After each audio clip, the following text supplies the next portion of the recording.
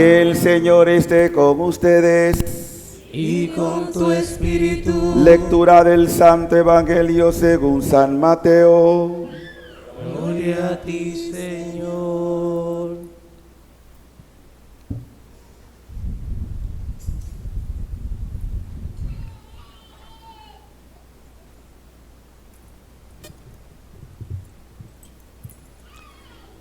En aquel tiempo, al llegar a la región de Cesarea de Filipo, Jesús preguntó a sus discípulos: ¿quién dice la gente que es el Hijo del Hombre? Ellos contestaron: unos que Juan Bautista, otros que Elías, otros que Jeremías o uno de los profetas. Y les preguntó: ¿y ustedes? ¿Quién dicen que soy yo? Simón Pedro tomó la palabra y dijo: tú eres el Mesías, el Hijo de Dios vivo. Jesús le respondió: dichoso tú, Simón, hijo de Jonás, porque eso no te lo ha revelado nadie de carne y hueso, sino mi Padre que está en el cielo. Ahora te digo yo, tú eres Pedro, y sobre esta piedra edificaré mi iglesia, y el poder del infierno no la derrotará. Te daré las llaves del reino de los cielos. Lo que ates en la tierra quedará atado en el cielo, y lo que desates en la tierra quedará desatado en el cielo. Palabra del Señor. Gloria a ti, Señor Jesús.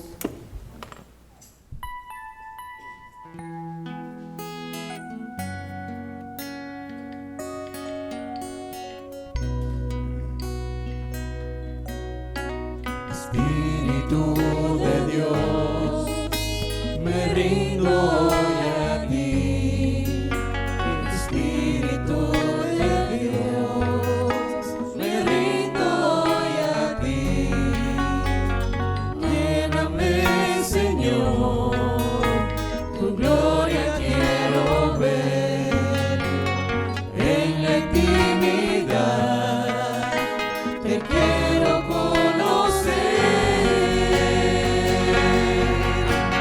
hoy me entrego a ti, haz tu obra en mí, úsame, Señor, tu siervo quiero ser, quiero vivir en tu santa unción. Hoy me entrego a ti, haz tu obra en mí, úsame, Señor, tu siervo quiero ser, quiero vivir en tu santa unción.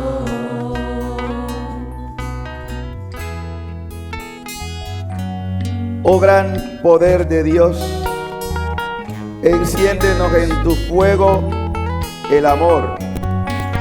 Oh Espíritu que viene de lo alto, llénanos de Dios. Oh Espíritu, óleo santo, úngenos en el amor. Manda, Señor, tu fuego y enciende nuestros corazones en esa llama de amor viva, para que podamos ser tus testigos en esta hora. Ven, Espíritu Santo, llena cada corazón, llena este lugar.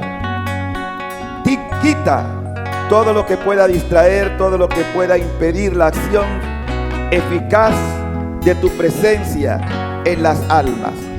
Ven, ven, soplo de lo alto, ven, llénanos. Gracias, Señor. Gracias por tu presencia, Señor. Gracias, Señor.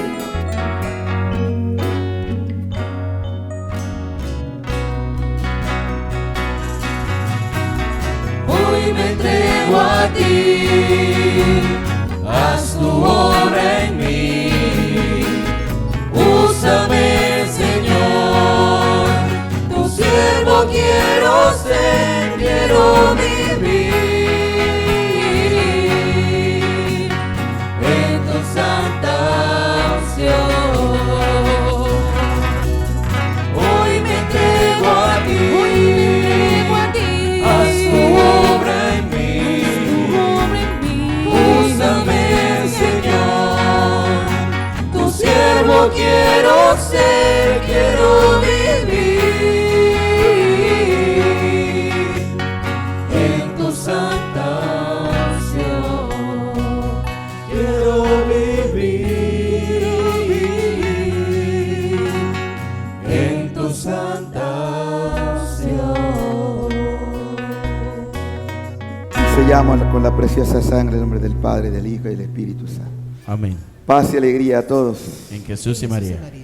Antes de desarrollar los textos que vamos a mirar ya en forma meditativa, es importante aclarar porque todavía yo veo que entre los católicos no tenemos muy claro el concepto de la iglesia. La iglesia no es una invención humana. La iglesia es una inspiración divina. Y también hay iglesia en el cielo. Es que la iglesia sale del cielo. Pero Dios la forma aquí en la tierra con pecadores. Todos los que somos parte de la iglesia en sus tres dimensiones, porque la iglesia tiene tres dimensiones. La iglesia es militante, lo que estamos aquí. Milicia, caminamos. Esa es la primera parte de la iglesia. Pero la iglesia también es purgante, porque en la iglesia militante todos pecamos, todos, absolutamente, hasta el Papa peca, porque no hay nadie en la iglesia militante que no peque, y el que diga que no peca, ofende a Dios, porque por eso cada vez que empezamos una liturgia, ¿qué es lo primero que hacemos? Yo confieso ante Dios Todopoderoso y ante ustedes, hermanos, que he pecado. Y no solamente pecado poquito, mucho. Entonces, en ese sentido se puede entender que la iglesia es como un hospital que recoge a los pecadores, pero que se arrepienten. Porque una cosa es que yo reconozca que que yo diga que soy pecador, pero no me arrepiento. O sea, nos arrepentimos del pecado. Entonces, esa es la primera parte. La segunda parte es que si yo no purifico todo aquí, porque puede que me lleve alguna cosa, igual tengo que purgar. Tengo que purgar, porque nadie puede ir al cielo en pecado. Tenemos que ir bien limpiecito, bien purificado, por lo cual agradezcamos que existe el purgatorio. Por ahí estamos haciendo unos videos de Santa Faustina, que el Señor le revela esas tres realidades y también le muestra en el purgatorio. Dice el Señor a Faustina: mi misericordia no lo desea, pero mi justicia lo reclama. ¿Qué quiere decir eso? Que por justicia Dios nos hace un bien. ¿Cómo tú vas a ir impuro a la presencia de Dios? No se puede. Todos tenemos algo que purgar. Pero por eso que cuando uno acepta las enfermedades, las pruebas, con paciencia y con amor, ofreciéndolo, ya estamos haciendo también un purgatorio terrenal. De manera que ustedes tienen la ventaja. Si aceptan con paz las adversidades, si la ofrecen, están haciendo un purgatorio anticipado.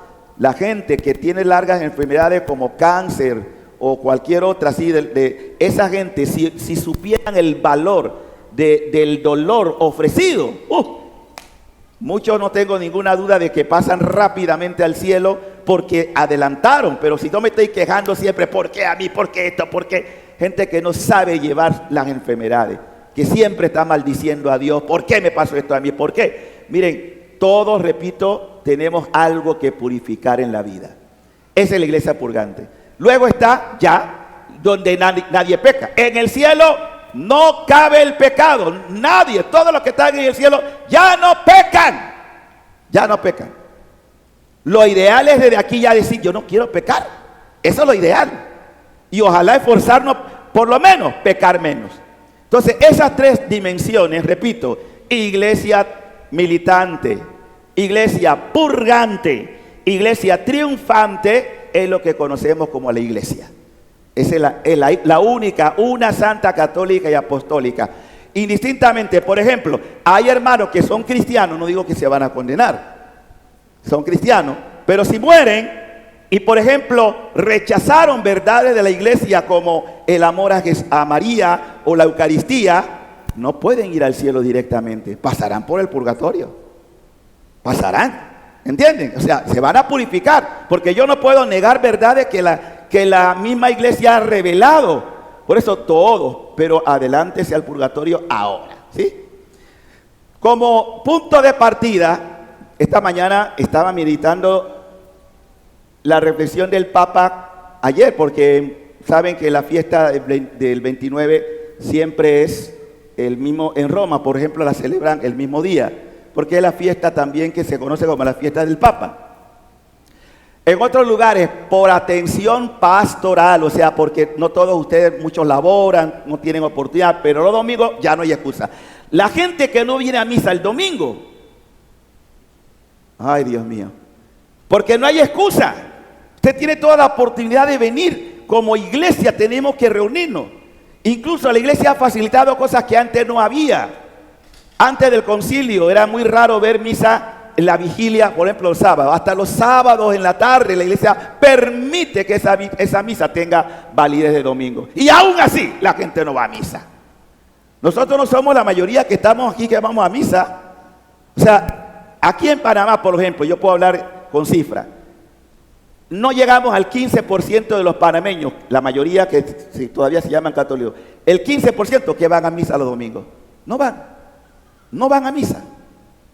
Hermano, la misa no es una obligación. Ay, que tengo que ir por... No, la misa es una necesidad. Si yo creo que Cristo es el pan vivo, a mí nadie me tiene que obligar, me tiene que nacer. Yo tengo motivo para agradecerle a Dios, porque Dios ha sido extremadamente bueno. Pero cuando no tenemos conciencia, porque no nos formaron en esto, nuestros padres, cuando yo estaba de párroco en Cativá, la mayoría de los niños, bueno, la mayoría eran niños, claro, también iban gente adulta. Yo preguntaba, a ver, ¿dónde está tu papá? Viendo televisión, se quedaba mirando. Vaya a la misa a rezar. Mandaban a los niños a la misa. Pero si el niño no ve el modelo de papá y de mamá, ¿con qué autoridad yo puedo hablar? ¿Entienden? Entonces es muy importante inculcar desde pequeño la necesidad de la misa, no como una obligación, una necesidad. Bueno, ese es el punto de partida para lo que voy a explicar ahora, la introducción. La iglesia es un misterio, pero hermosísimo. De verdad, yo amo mi iglesia. Cuando usted va metiéndose, usted dice, es que la iglesia no es del Papa, ni del obispo. Todos pasamos, ni del cura. La iglesia es de Jesucristo. El dueño, el jefe supremo de la iglesia es Jesucristo, no el Papa. El Papa es vicario. Eso significa representante, que representa físicamente a Jesús. Vicario, jefe supremo, Cristo. Las cosas como son. Porque hasta en eso el jefe de la iglesia, aquí por ejemplo los me dice, el jefe de la iglesia de Panamá, Monseñor Yoa. No, el jefe de la iglesia es Jesucristo. El arzobispo, que tampoco es jefe de toda la iglesia, representa una región de la iglesia, la arquidiócesis, pero lo ponen como si fuera de todo el país. No, cada diócesis tiene un representante, un obispo, un episcopo, que es el que vigila y debe estar pendiente de la grey. O sea, jefe de la iglesia es, y tan claro esto que cuando Jesús, ya lo escucharon, dice, tú eres Cefas, piedra. Y sobre esta piedra, dijo Jesús, edificaré tu iglesia. Le dijo así a Pedro, le dijo, voy a edificar tu iglesia. Dijo eso. ¿Qué dijo? Mi iglesia. Por lo cual es la iglesia de Cristo, no del Papa. ¿Hasta ahí vamos bien? Porque en esto hay mucha gente confundida. Vamos entonces a ver la primera parte, los hechos de los apóstoles. Miren que cómo tiene que ser la iglesia hoy. Lo mismo como fue la primitiva iglesia. Dice la palabra, estamos en los Hechos de los Apóstoles, capítulo 12. ¿Lo tienen ahí? Hechos 12, 1 al 4. ¿Quién lo tiene? Ya. A ver, por aquí. Lápido, aquí. ¿Qué dice? La primera parte. Por aquel tiempo, el rey Herodes echó mano a algunos de la iglesia para maltratarlo. Hizo morir por espada a Santiago, al hermano de Juan. Al ver que esto le gustaba a los judíos, se atrevió a encerrar también a Pedro. Eran los días de los ácimos. Le apresó, pero le metió en la cárcel y le confió a 4 escuadras de 4 soldados para que lo custodiaran, con la intención de presentarle ante el pueblo después de la Pascua. Así pues, Pedro estaba custodiado en la cárcel mientras la iglesia oraba insistentemente por él a Dios. Hasta ahí, atención, pongan cuidadito, lee ese último versículo. Mientras estaba Pedro en la cárcel. Así pues, Pedro estaba custodiado en la cárcel mientras la iglesia oraba insistentemente por él a Dios. ¿Cómo que hacía la iglesia? Oraba. ¿Cómo? Sí, pero ¿cómo? ¿Qué significa insistentemente? Sin parar, orar. Hasta ahí está bien. Escúcheme bien. La iglesia nació siempre perseguida hasta el día de hoy. Eso es inevitable.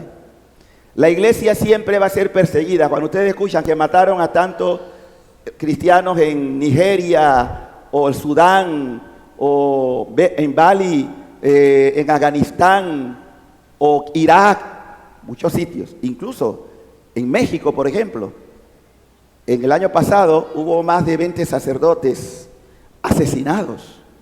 O sea, la iglesia, como discípulo de Cristo, estamos marcados por la persecución y la cruz. Eso no se puede quitar.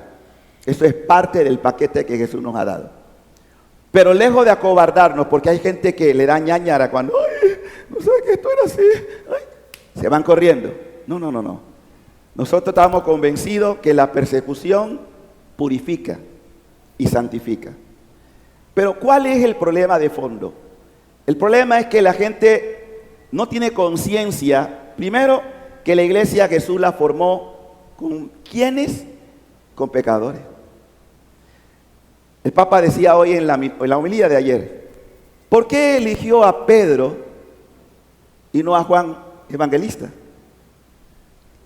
¿Qué se decía de Juan? Que era el discípulo amado.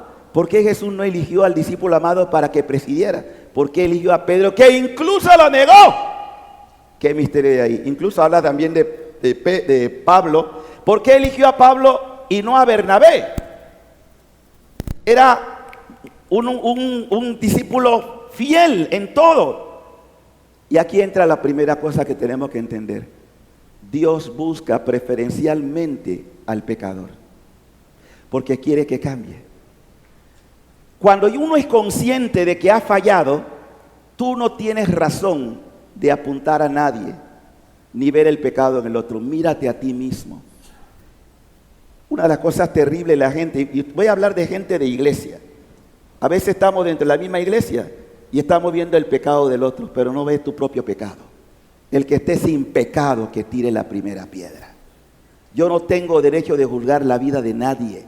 Sin embargo, lo hacemos. Y a veces de una manera anticatólica o anticristiana. Sí, porque el tema es qué hacía la iglesia. Cuando el hermano, independientemente que Pedro no tenía ningún problema allí, Pedro sí había negado al Señor y se merecía todo lo que ustedes quieran. Pero Pedro se arrepintió. Y Jesús lo que quería de Pedro era sacar lo que Pedro le dijo. ¿Me amas más que esto? A pesar de que me traicionaste, me negaste. Pedro, te doy la oportunidad. Miren, si Jesús nos tratara como merecemos, ni tú ni yo estaríamos aquí. Ni tú ni yo. ¿Por qué? Porque el Señor, si fuera vengativo, dice, la primera que me hagas, me la pagas. ¿Qué hubiera hecho Jesús si hubiera sido tú? Vamos a ser honestos. Si tú ves que una persona te traiciona y ya te lo mostró, y que tú todavía digas, ¿me quieres? Le reclamó las llaves y dice, ya no vas a ser más papa, quita. Le quitó la llave a Pedro. ¿Qué hizo? ¿Qué hizo? Lo rehabilitó. Dios, ese Dios que está tratando con nosotros aquí ahora, es un Dios de rehabilitación. sabe de tu miseria, sabe de tu vida, pero te invita a que te reconozca que fallaste. El problema es que hay gente que mire, las cosas que está pasando en este país, a mí de verdad me enferma. Yo sufro por mi Panamá.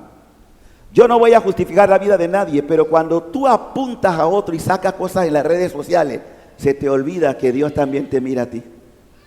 ¿Cuántos de los que acusan y destruyen la vida de una persona no se dan cuenta que ellos quizás sean hasta peores? Por eso nadie puede justificarse delante de Dios. Cuando tú eres consciente de que has fallado, de que eres un pecador, tú no tienes ninguna autoridad moral para apuntar al otro. Porque primero tienes que verte a ti. Todos tenemos que mirarnos antes de señalar. Y estamos acostumbrados a crucificar, a sentenciar, a condenar, solo porque escuchamos, oímos, pero no tenemos veracidad. Bendito Dios que es el que juzga, y no tú ni yo. Porque si juzgáramos, como de hecho lo hacemos, nadie se salva. Nadie se salva. Jesús fue juzgado, y no solamente juzgado y crucificado, sino calumniado.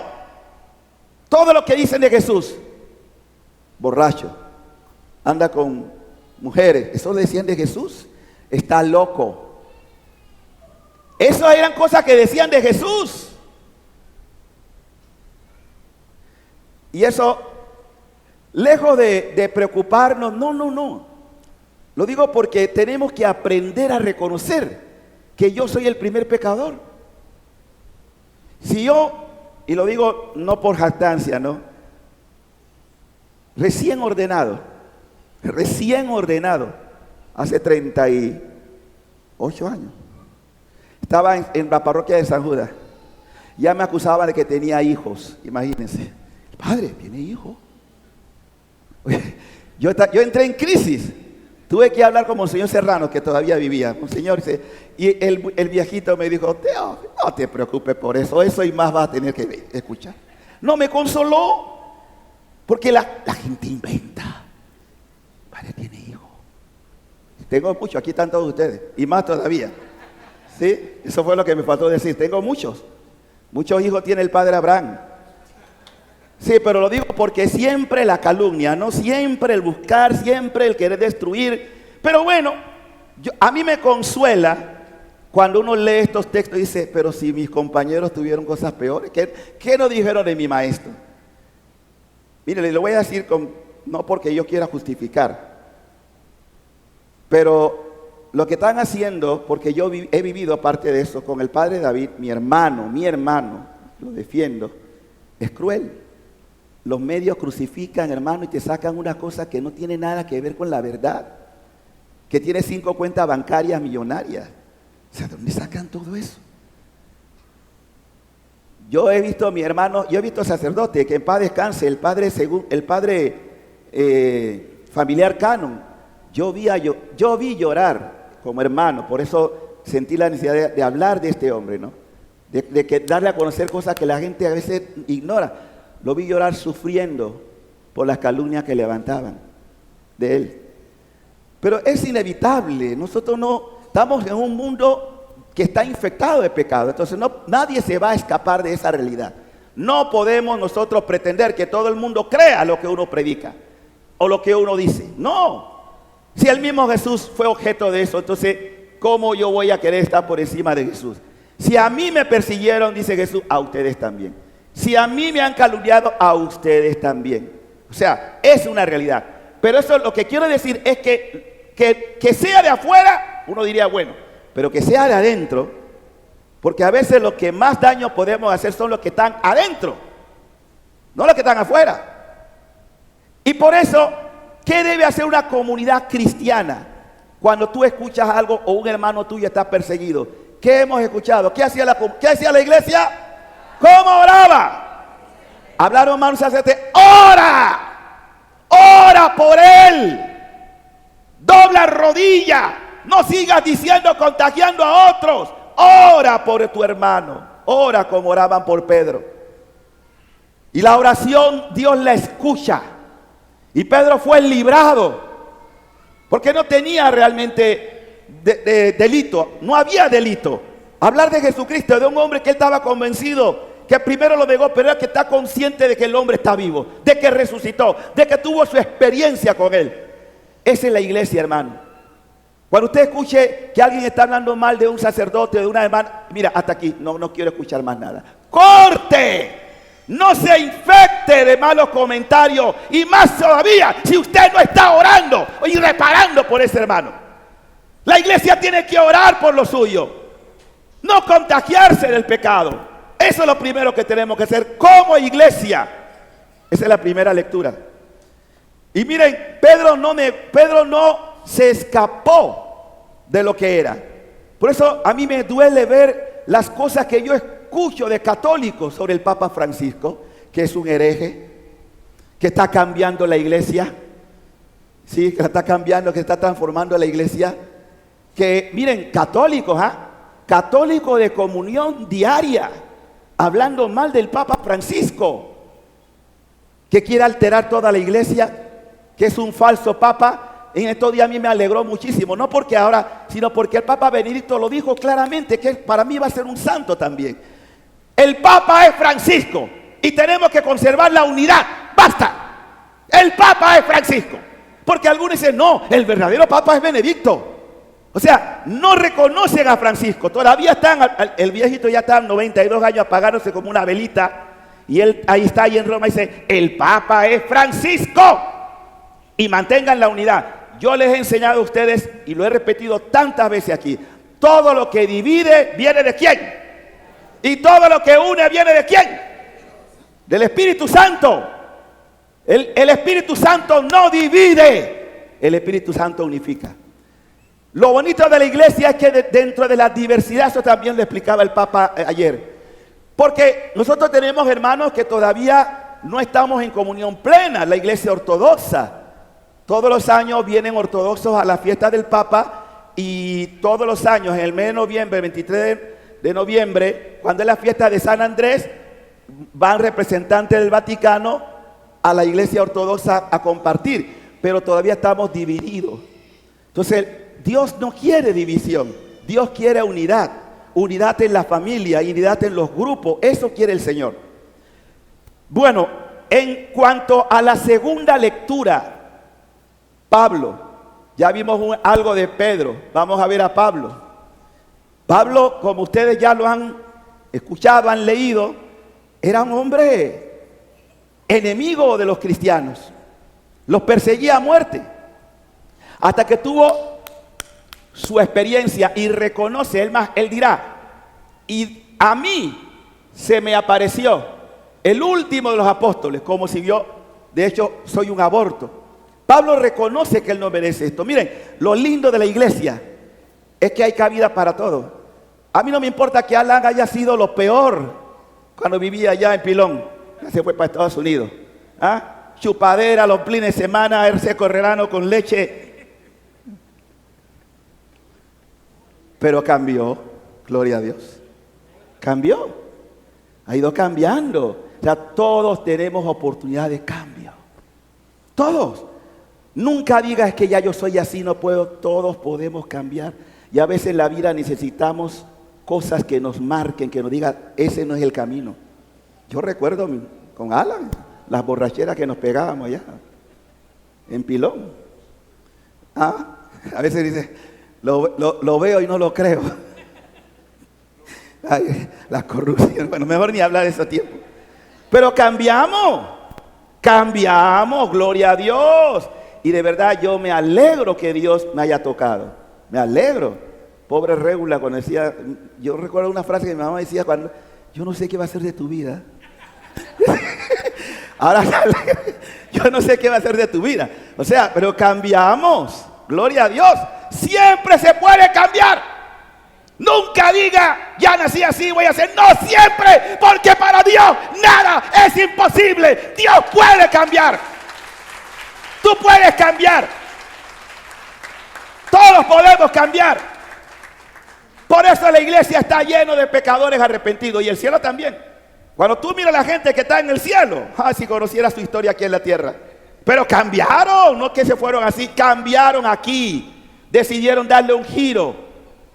Por eso, hermano, que no te metan en la cabeza que ya tú eres un árbol torcido y de manera de enderezarlo. Eso será en la naturaleza, pero para Dios, si tú te dejas, Él puede hacer maravillas. Por eso que los grandes santos son inspiración para nosotros, porque fueron grandes pecadores. Y ahí está hoy el ejemplo de Pedro y Pablo. Pablo, ya terminando su vida, ya viejito, le escribe a Timoteo: ha llegado para mí la hora del sacrificio. Yo cuando leo esto de verdad me emociono, porque yo también le digo a Dios: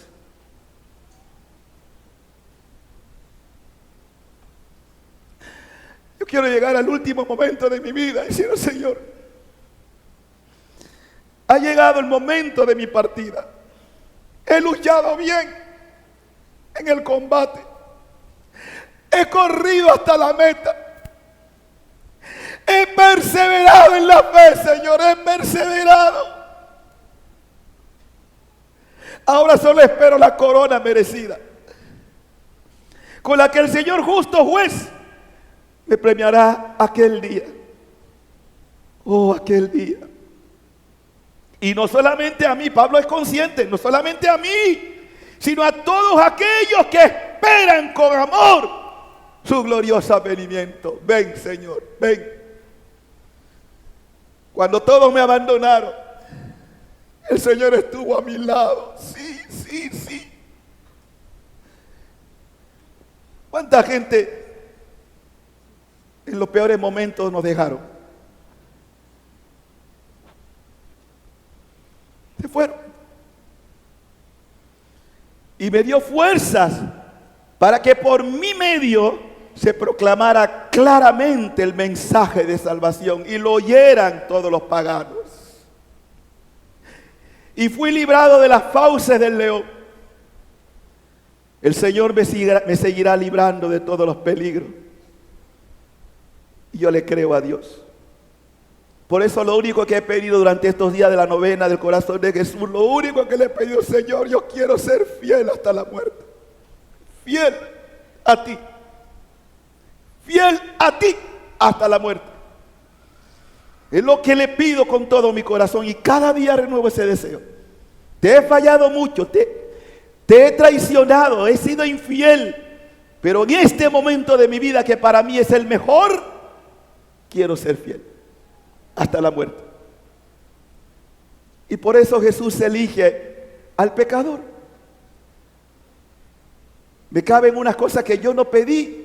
Cuando yo le digo a Dios: ¿por qué te fijas en mí? Una vez le decía a Jesús a Basula, la mística, que qué había visto él en ella. Una mujer que no era practicante, era de la periferia. Y la elige para una misión tremenda. Y le dice Jesús, ella le preguntó: ¿y por qué te has fijado en mí? Porque no he visto a nadie más miserable que tú. O sea, que si hubiera alguien más miserable, lo hubiera elegido. Ese es el Dios que trata contigo y conmigo.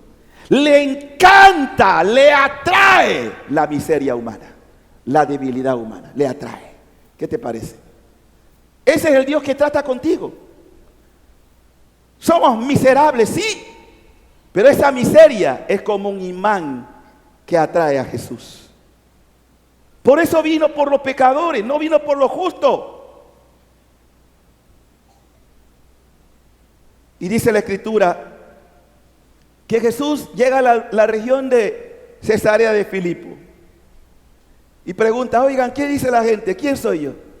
Le van hablando de personajes. Uno dice que Jeremías, que Elías, Juan Bautista o algún otro profeta. El Papa, hermosa la homilía, dice el Papa, pero Jesús hace una pregunta en el presente y le están hablando del pasado, de gente que ya se fue. El único, inspirado obviamente, que habla de un Jesús, o sea, de quién es Él aquí, ahora y en el futuro. Y le dice: tú eres el Mesías, es decir, el ungido de Dios. Tú eres el Cristo. Esa confesión viene del Espíritu Santo. Nadie puede declarar a Jesús como Mesías si no tiene la inspiración de lo alto.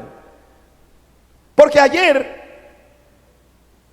y miren bien esto, La iglesia jamás puede rechazar un pecador. El diablo es cochino.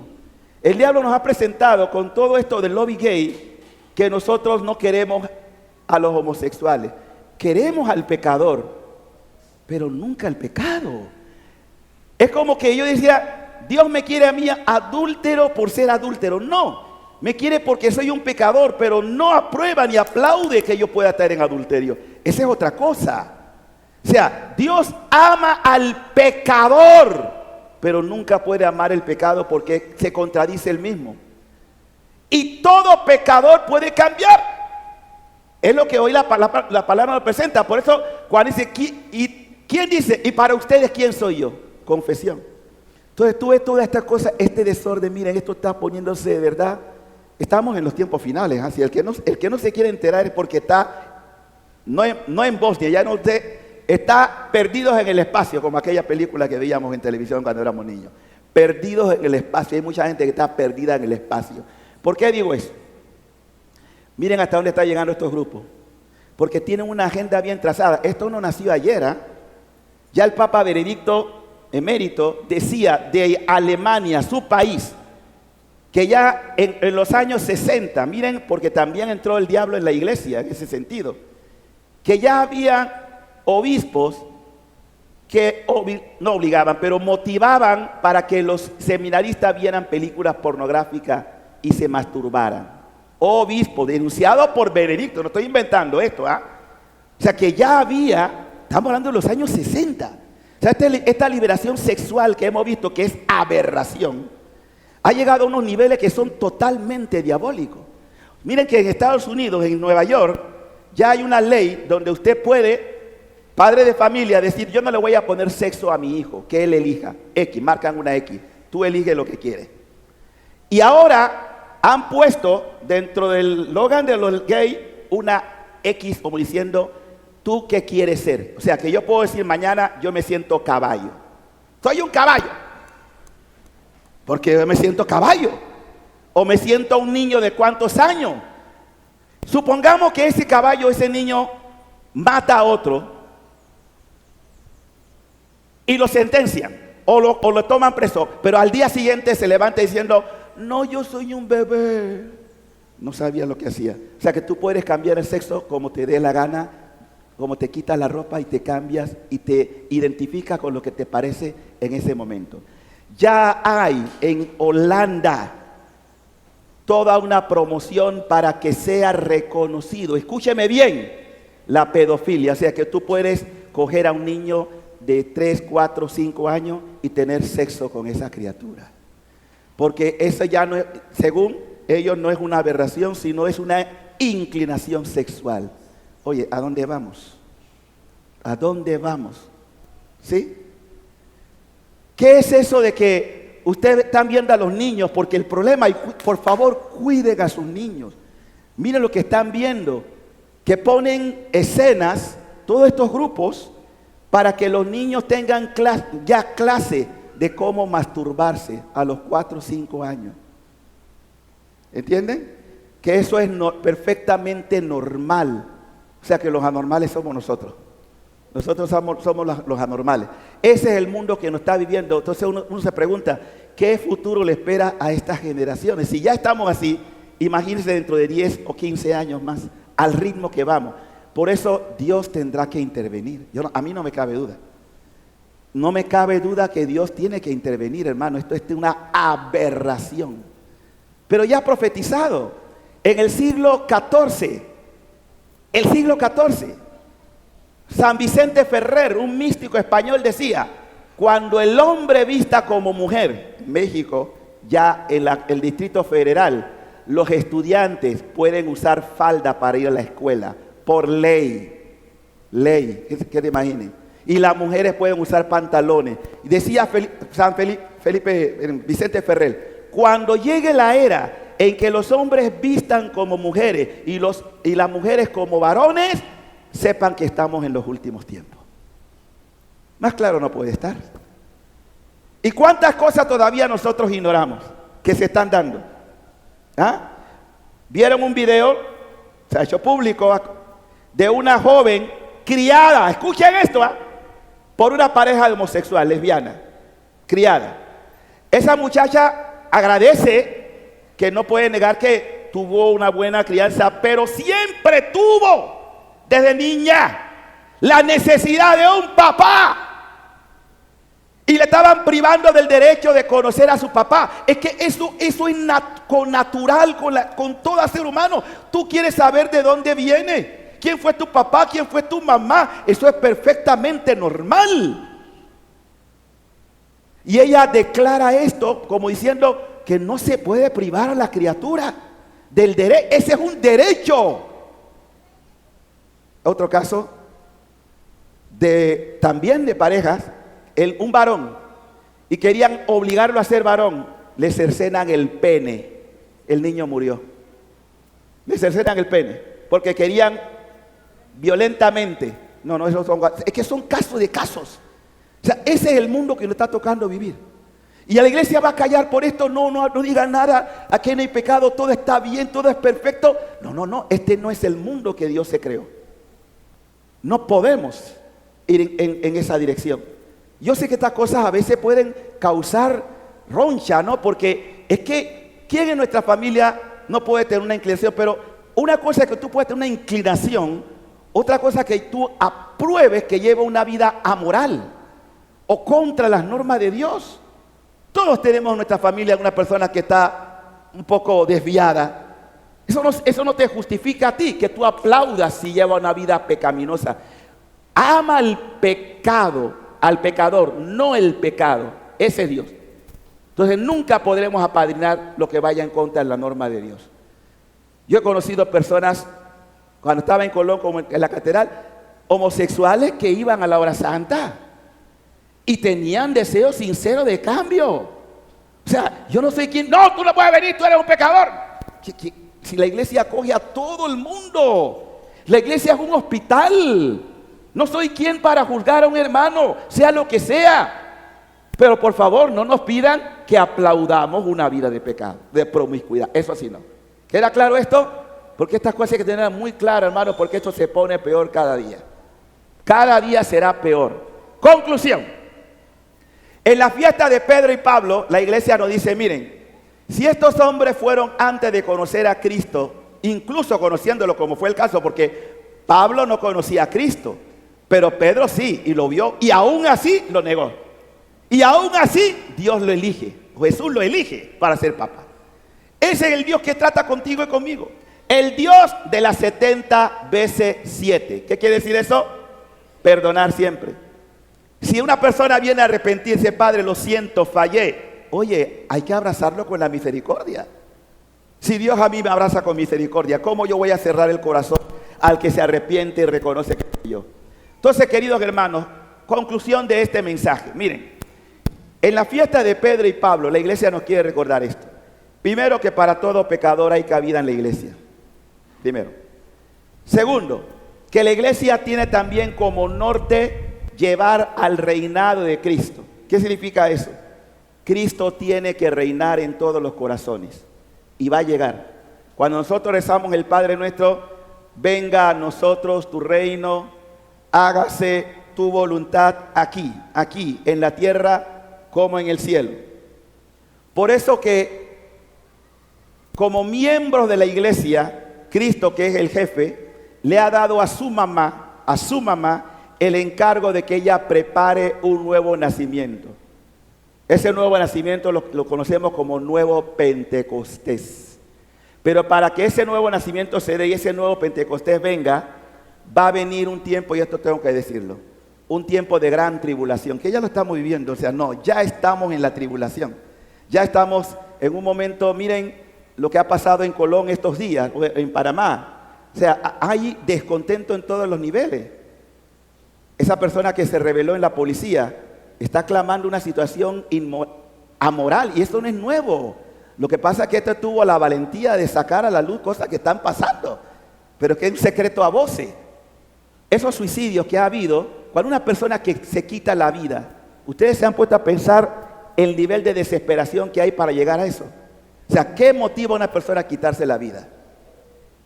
Pueden haber muchos factores, pero una impotencia total, no podemos juzgar. no sabemos qué hubo allí realmente, pero eso nos está mostrando un mundo que ha colapsado. Eso se llama tribulación, la gran tribulación. Ahora, lo bueno es, y esto también ustedes tenganlo en cuenta, que la iglesia nunca va a desaparecer. A algunos les gustaría, porque la iglesia siempre es la parte moral, la parte que habla la verdad. Aunque puedan haber curas que han fallado y obispos que han fallado y todos hemos fallado, eso no significa que la iglesia se va a acabar. Por eso Jesús le dice a Pedro, tú eres Cefas, piedra, y sobre esta piedra voy a edificar mi iglesia. Las puertas del infierno no pueden prevalecer sobre ella. Por eso que Satanás odia tanto a la iglesia, le gustaría destruirla. ¿Y cómo lo está intentando hacer? Primero, desacreditando a los pastores y llevándolos a la inmoralidad. Si el sacerdote pierde su dimensión de santidad, está afectando la Eucaristía. Aunque cuando digo afectando, no porque Jesús no venga, sí, pero la gente pierde también la fe, pierde la esperanza y no se acerca a la comunión. Escucha esto que voy a decir. Aunque el cura esté en pecado mortal y celebre la misa, Cristo viene. Es el asunto del cura, pero Cristo está allí verdaderamente en cuerpo, sangre, alma y divinidad. Él no deja de venir. El cura tendrá que verse con el Señor. Por eso es importante que ustedes oren por nosotros, porque la oración de ustedes nos sostiene y nos evita ofender a Dios, porque primero ofendemos a Dios, después al pueblo que se nos confió. Y para esto viene lo que la madre está esperando y rápido tengo que decírselo. Primero, la gran tribulación. Ya estamos en ella. Segundo, el colapso. Yo estoy convencido que la única manera que este mundo dé otro giro es que Dios mande algo muy fuerte. Y yo estoy esperando. Yo no sé cuándo, yo no sé cómo, pero yo sí sé que Dios va a sacudir este mundo. Va a sacudir la conciencia de cada persona. Algunos llaman eso un gran aviso, pero viene pronto. Yo estoy escuchando gente, no solamente católicos, incluso de otras iglesias, que coinciden en lo que viene. Hasta niños. O sea, están hablando de que viene algo y fuerte, pero es necesario. Porque a veces la gente, perdón hermana, voy a usar como ejemplo, necesitamos una ¿qué? Amaqueada. Oye, pero ¿hasta cuándo? ¡Basta ya! ¡Basta de ofender tanto a Dios! ¡Basta de tanto pecado! Eso es lo que hace Dios, basta ya. Y miren, porque también está dicho, a pesar de esa sacudida que Dios va a hacer, la gente al principio, una gran cantidad de gente va a reaccionar y va a decir, hey, yo tengo que poner mi vida en orden. Yo no quiero que que me sentencien. Y Dios va a obrar otra cosa. Si quieren ustedes tener más conciencia de eso, algo que ya está, por lo menos que pueden leerlo, la Salet, pueden buscar, lean la Salet, busquen así en la página y van a ver qué es lo que la madre dijo, algo que estamos viendo en la iglesia actualmente. Dice, muchos cardenales y obispos van por el camino de la perdición y con ella arrastran a la gente. Eso fue en el año 1800 y tanto, ya hace más de 150 años la Virgen hablaba esto. Lo repitió en otro lugar llamado Garabandal, lo repitió en Medjugorje, lo mismo, en Medjugorje. O sea que estas son realidades. O sea, yo sé que hay gente que no cree en la profecía, tampoco ustedes están obligados a creer porque esto no es dogma de fe. No dice, esto hay que creerlo así. No, usted puede tener la libertad. Yo no creo. Bueno, está bien. Pero las profecías se cumplen.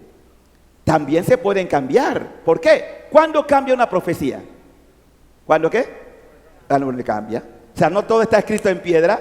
En la Biblia hay un caso de Jonás que fue a predicar a Nínive y la gente se convirtió, la gente cambió. Entonces Dios retiró lo que iba a hacer. Porque la gente cambió, reaccionó. Pero hay gente que no quiere reaccionar. Entonces, ¿qué más necesita Dios hacer? Pero lo va a hacer, no tengo duda. Aviso, milagro y luego un gran castigo. ¿Para dar paso a qué? Algo que todos esperamos. ¿Qué esperamos? El reinado. Primero, el triunfo del Inmaculado Corazón de María, profetizado en Fátima. Mi corazón inmaculado triunfará, va a triunfar. Y ese reinado, o el triunfo del corazón inmaculado de María, dará paso a algo totalmente novedoso en la iglesia. Algo que ya algunos hablamos de esto llamado el reinado eucarístico. O sea, Cristo tiene que reinar. ¿Se acuerdan? Hoy España, por ejemplo, me encanta que España esté hoy, un día como hoy, renovando su promesa a Cristo Rey. Reine Jesús por siempre, reine su corazón, en nuestra patria, en nuestro suelo, es de María la nación. En nuestra patria, en nuestro suelo, es de María. Bueno, ella, la nueva Juan Bautista, en símbolo, está preparando la venida de su hijo. Una vez que ella diga, hijo, ya preparé a la humanidad. Todos están ya en mi inmaculado corazón. Ahora te lo presento. Y el Rey de Reyes se hará sentir aquí como nunca antes. Reinado eucarístico. Estamos en los albores, estamos en tiempos preciosos, duros, pero preciosos, porque el mal no va a durar. Estamos en los peores momentos, pero no es eterno. El mal tiene límite. Ilimitado es Dios. Ilimitado es Dios, no el mal. Ahí vamos a dejarlo, vamos a orar por la iglesia, vamos a pedir por el Papa, vamos a pedir por los católicos, por los cristianos, para que seamos firmes en esta vocación que nos ha llamado.